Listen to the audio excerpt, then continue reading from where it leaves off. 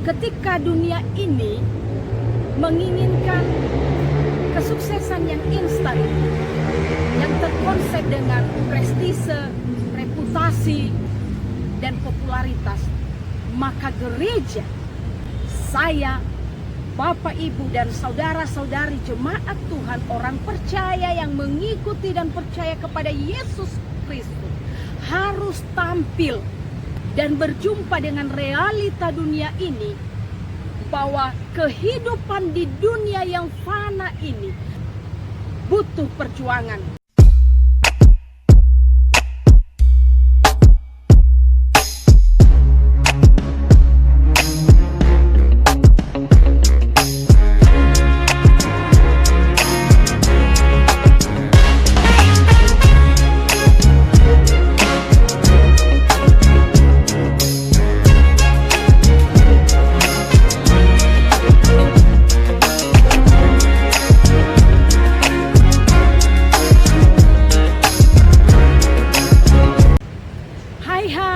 Shalom, saudara-saudari yang dikasihi dalam Kristus Yesus. Kita bersuka cita kita sudah memasuki minggu kedua dalam bulan September ini.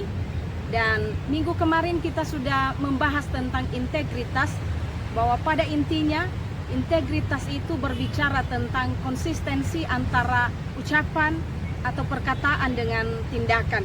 Dan kita akan melanjutkan membahas tentang integritas itu di dalam bagian yang kedua.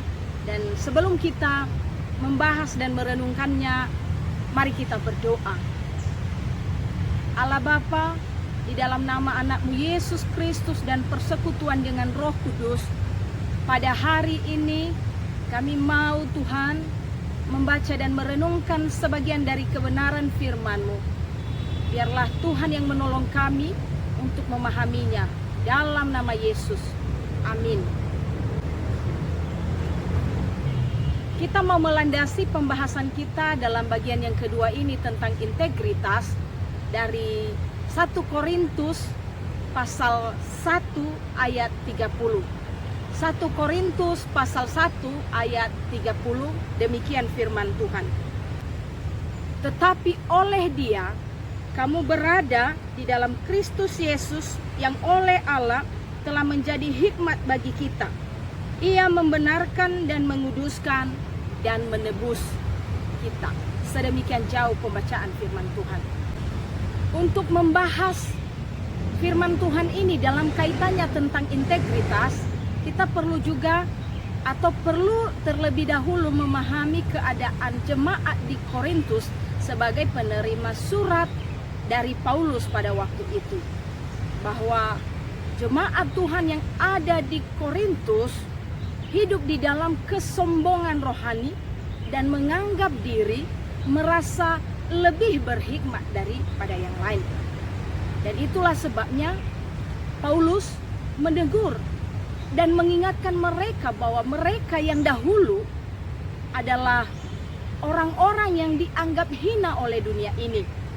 Tetapi mereka telah dimuliakan melalui panggilan yang agung, atau dengan kata lain bahwa hidup mereka itu hanya anugerah Tuhan semata oleh karena belas kasihan Tuhan melalui Tuhan Yesus Kristus yang telah mati di kayu salib di Golgota. Keadaan jemaat di Korintus pada waktu itu yang awalnya menjadi cerminan Injil, justru sekarang menjadi musuh Injil. Oleh sebab itu dalam tulisannya, Paulus sangat menekankan dan menegaskan perbedaan antara hikmat dunia ini dengan hikmat yang berasal dari surgawi. Hikmat yang dimiliki oleh manusia di dunia ini yang mengandalkan kemampuan berpikir manusiawinya dengan hikmat yang datang dari Tuhan sendiri. Yesus Kristus melayani di dunia ini harus melewati jalan via dolorosa. Ia dihina, ia difitnah, ia disiksa, ia dianiaya, bahkan tersalib mati di kayu salib. Lalu dikuburkan, bangkit, baru naik ke surga. Ketika para ahli Taurat orang Farisi, orang-orang Yahudi melihat itu dari sisi hikmat duniawi, justru hikmat yang dari Tuhan yang melampaui akal pikiran manusia, yang melampaui logika manusia, mengantarkan para gembala dan orang-orang Majus memimpin mereka melalui berita yang disampaikan oleh malaikat Gabriel yang membawa mereka datang menyembah bayi Yesus. Dan bagi paham Yudaisme, itu adalah suatu kebodohan Bapak Ibu. Tetapi bagi mereka yang memahami, itu adalah hikmat yang dari Tuhan. Apakah arti hikmat itu? Hikmat itu adalah keberhasilan untuk menyikapi hidup. Ketika dunia ini menginginkan kesuksesan yang instan, yang terkonsep dengan prestise, reputasi, dan popularitas, maka gereja, saya, Bapak, Ibu, dan saudara-saudari jemaat Tuhan, orang percaya yang mengikuti dan percaya kepada Yesus Kristus, harus tampil dan berjumpa dengan realita dunia ini, bahwa kehidupan di dunia yang fana ini, perjalanan hidup di dunia yang fana ini butuh perjuangan, harus berjuang, dan tidak ada yang namanya kesuksesan yang instan.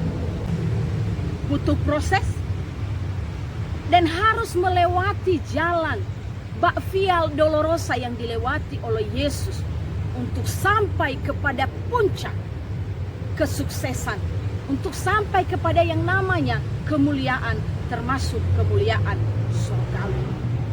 Gereja harus membuka akses dan memberi diri untuk menceritakan proses kelahiran Yesus Kristus, pelayanannya dan perjalanannya di dunia ini kepada dunia sekitar kita dan kepada lingkungan di mana kita berada, melalui kehadiran kita, melalui keberadaan kita untuk menjadi saksi yang hidup tentang Yesus Kristus dalam seluruh aspek kehidupan kita, dalam setiap perkataan kita, bahkan dalam seluruh sikap hidup kita yang menjadi berkat bagi sesama dan menjadi kemuliaan bagi nama Tuhan Yesus.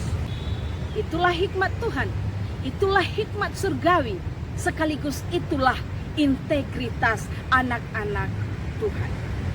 Dan saya percaya kita yang sedang mendengarkan dan merenungkan firman Tuhan hari ini, kita adalah orang-orang yang sudah merasakan dan sudah memiliki hikmat yang dari Tuhan, sehingga kehadiran kita, integritas kita pun dapat dibuktikan oleh setiap orang.